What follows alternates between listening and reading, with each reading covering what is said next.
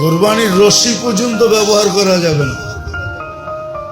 হ্যাঁ, ফালায়া দেওয়া যাবে বা সৎকা দিয়া দেওয়া যাবে, নিজের ব্যবহারে লাগানো যাবে না।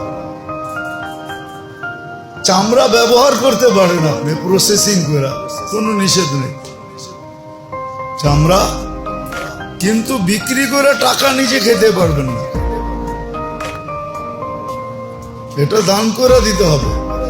আবার এটাও সত্য, কসাইকে মজুরির বিপরীতে দিতে পারবেন না, যে তুমি বানায় দাও চামড়াটা লয়ে যাও, এটাও চলবে না।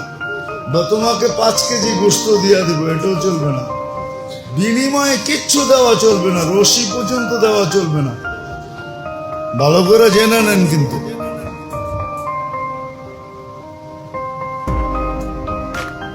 কোরবানির চামড়া আপনি ইচ্ছা করলে ব্যবহার করতে পারেন, প্রসেসিং করেন, ব্যবহার করেন। অনেক দেশে করে ব্যবহার, আমরা তো জানি না, এই জন্য প্রসেসিং করতে পারি না, ব্যবহার করতে পারি না। আপনি ব্যবহার করতে পারেন। চামড়ার জিনিস ব্যবহার করা অনেক ভালো, শরীরের জন্য ভালো, স্বাস্থ্যের জন্য ভালো।